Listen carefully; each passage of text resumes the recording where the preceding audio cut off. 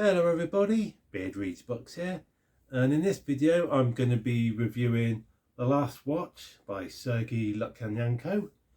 This is the fourth book in a series of 6 books. I have done book review videos on the first 3 books already, so if you haven't watched those ones and you want to, recommend you go and watch them and that. But like I said, this is the fourth book in the series of 6. I'm going to try and keep this review as spoiler free as possible, so yes. But anyway, the basic storyline is that there's been a death in Edinburgh, and it looks like the death was a cause of murder by a vampire.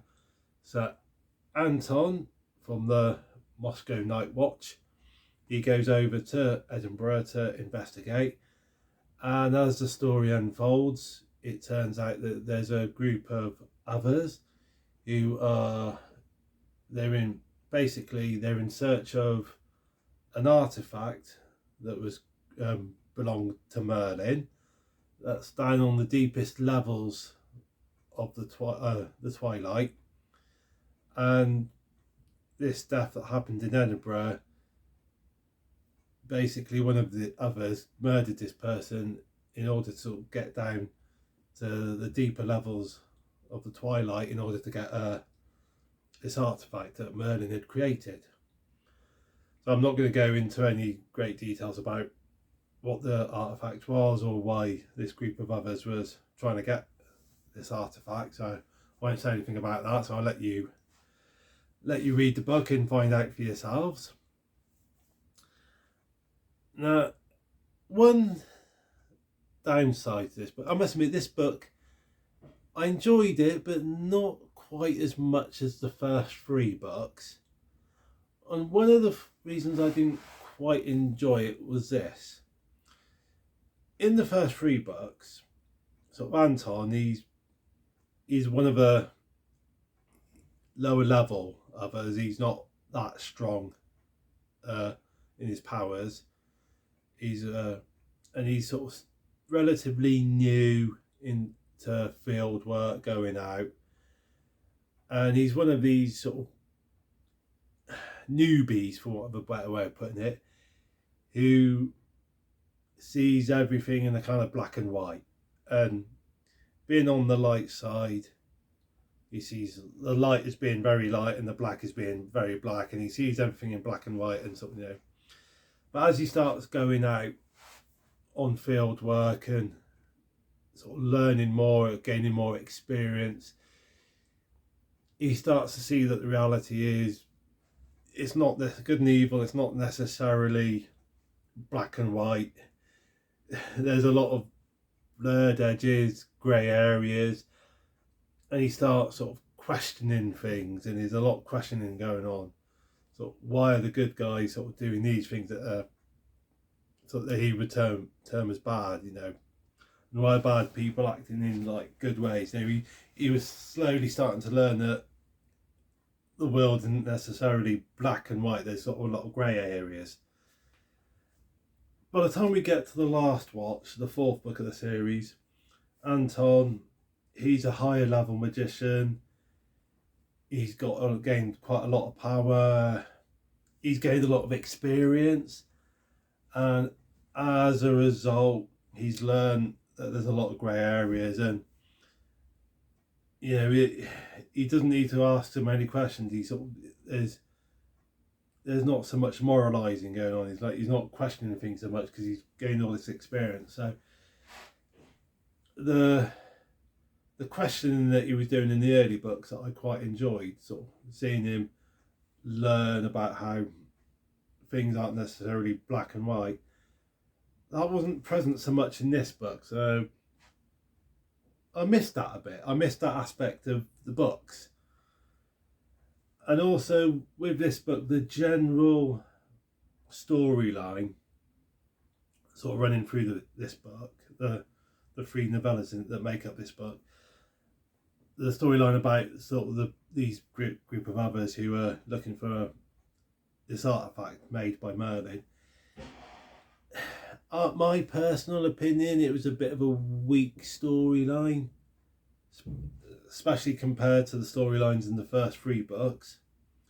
I mean, still a very enjoyable storyline, don't get me wrong. You know, I personally still enjoyed it, but for me personally, not the strongest storyline around.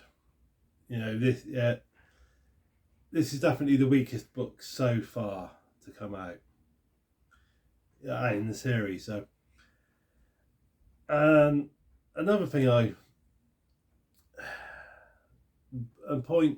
I'm sort of not sure if I liked it or not, the fact it was Merlin making an appearance.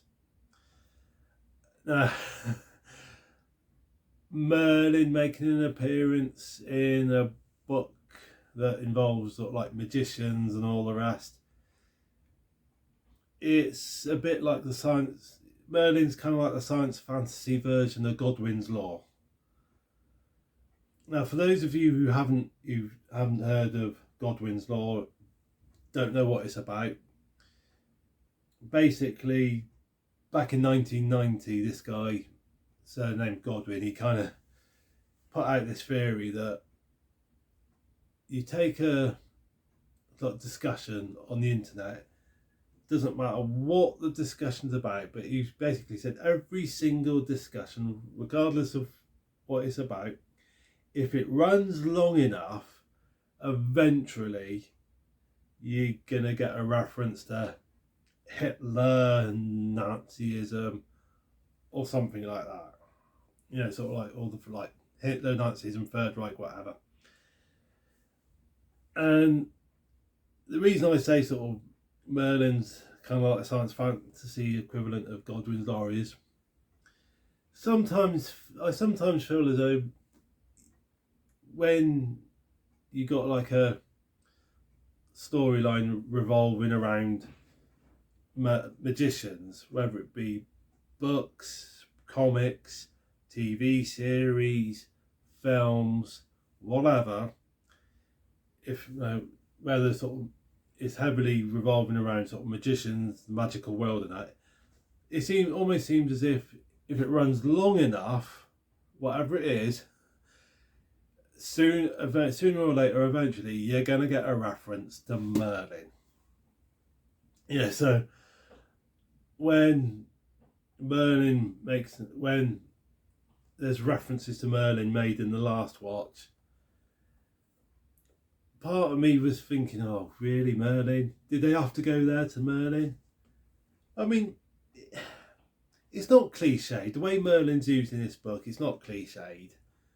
You know, I mean, me personally, I was just thinking, a book about magicians and all the rest, and they had to go to Merlin. I personally think they could have maybe not had Merlin. They could have just used a completely brand new, made up, powerful magician from like a long time ago. You know, they didn't necessarily have to use Merlin. You know, I personally think they could have changed Merlin for someone else, and the storyline wouldn't have been affected. But having said that, I mean, the fact that they do bring Merlin into it hasn't ruined the storyline, you know. Even though my personal opinion, my personal preference is that they could have maybe just not used Merlin, that doesn't mean I didn't enjoy the story because of the fact Merlin was in it. You know, so it's not necessarily Merlin being in the book. It's not a bad thing. It's not a bad thing. It's just a personal preference thing for me. I mean, like guys, if you've read this book, what is your personal thoughts on the fact that Merlin, played a key aspect in the film, in the book? What was your thoughts? Did you enjoy the fact that it sort of brought Merlin into the world, into this world, or do you think that it would have been better off leaving Merlin out? So yeah, drop me a comment. Tell me what you thought about sort of Merlin being in the story. So yeah, I look forward to your comments on that one, guys. Now, there were quite a few things that I really did enjoy, because one of the things I enjoyed was the fact that we learn there's 7 levels to the Twilight and all the rest, and we get to learn about the nature of all 7 levels in this book. So this, because obviously in the sort of the first 3 books we sort of get references to the Twilight world and sort of Anton sort of getting deeper into the Twilight, and we get to learn about a few of the levels in those ones. But in this one, we get to learn about, we learn that there's the limit, how many levels there are, and we get to learn about the nature of all the different levels of the Twilight.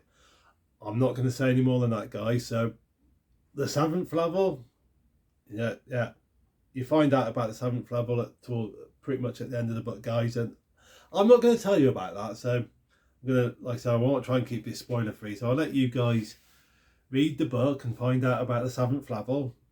And once you've read the book, guys, and if you've already read the book, but basically, if you've read the book, what did you think about the 7th level of the Twilight? What did you think about that aspect? So did you like that little twist? Did you not like it? Drop me a comment. I mean, it was quite nice, interesting that Anton comes out of Moscow and we get to see a bit of like Edinburgh, sort of see him travelling to Edinburgh, and we get to see him interacting with the Edinburgh watches.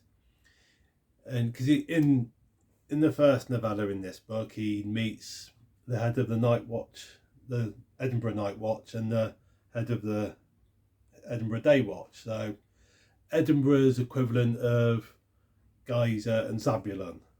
They're the heads of the Night Watch and Day Watch in Moscow, which is like purely where like the first 3 books are set. So we get to see their the Edinburgh counterparts there to the Night and the Day Watch. So that was quite nice little touch. I liked that, and that was a good little aspect, I thought. I really enjoyed that. And another thing I liked was, because obviously there's a couple of films out.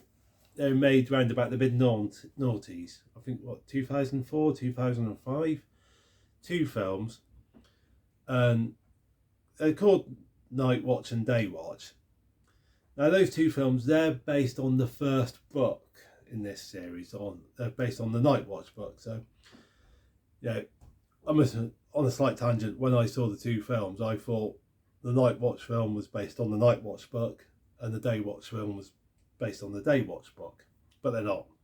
The 2 films are based on the very first book. So, but this book, the last watch, it does make an indirect reference to the 2 films, because in this book there's this one character, can't often remember his name, but he's having a chat with Anton, and he's telling Anton about this dream that he's had. He's recounting this dream, and basically the dream that he's had, it's events that happened in the films.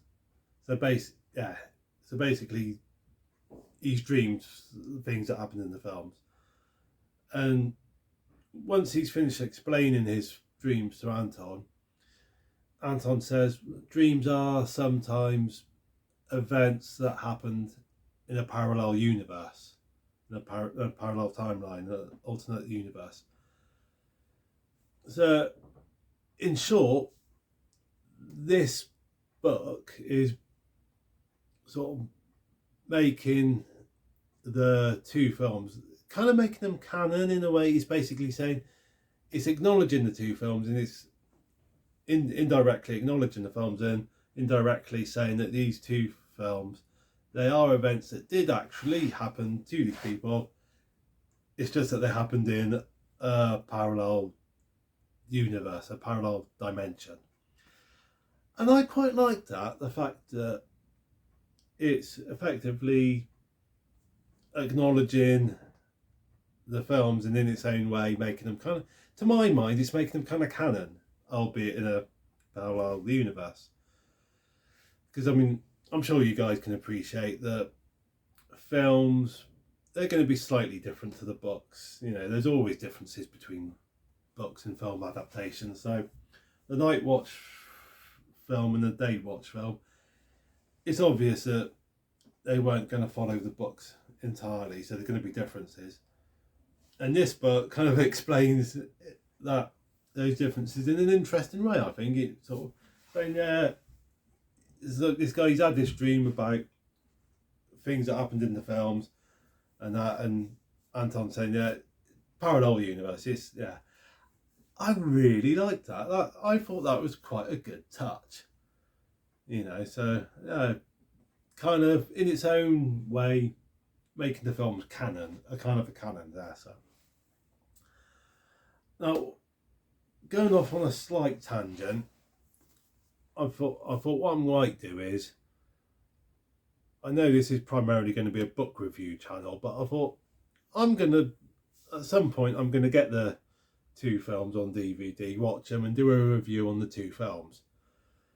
But I'll probably do that once I've finished reading and reviewing all the books. There's currently 6 books in all, so like I said, this is book 4. So if I stretch behind me, so I've got book 5, The New Watch, and book 6, The Sixth Watch. And what I'm going to do, guys, is with regards to the series of books, I'm going to do a review video on The New Watch, a review video on The Sixth Watch, then I'll do a review video on sort of a general overview review on all 6 books, so kind of a series review. And then once I've done that series review, whenever that is, well, at some point after I've read the next 2 books in the series, once I've done that, I'll then do film reviews. So each film will get its own sort of review video. So that's my plan, guys. That's my plan. Anyway, that's pretty much it for this video. So it's last watch, bit of a weak one, weakest one in the series so far. But I mean, it's got some good points. It's got some real strong redeeming features to it. So I mean, I don't normally go for scores out of 10. I'd probably give it, me personally, I'd probably give it about a 7 out of 10, something like that. 6.5, 7, I'd say roughly. Yeah, bit of a weak storyline, but there is some good parts to it that I thoroughly enjoyed. Anyway, guys, if you've read this book, let me know what you thought of it. Drop me a comment and all the rest, because I'd like to know what you guys thought of it if you've read it. And I'm going to bring this video to an end now, guys. I hope you've enjoyed watching, and hope you found this review useful. And look forward to seeing you in the next one, which hopefully being out in about a week. I'll definitely aim to have another video book review out within 2 weeks, so hopefully a week if not 2. And in the meantime, guys, stay safe, take care.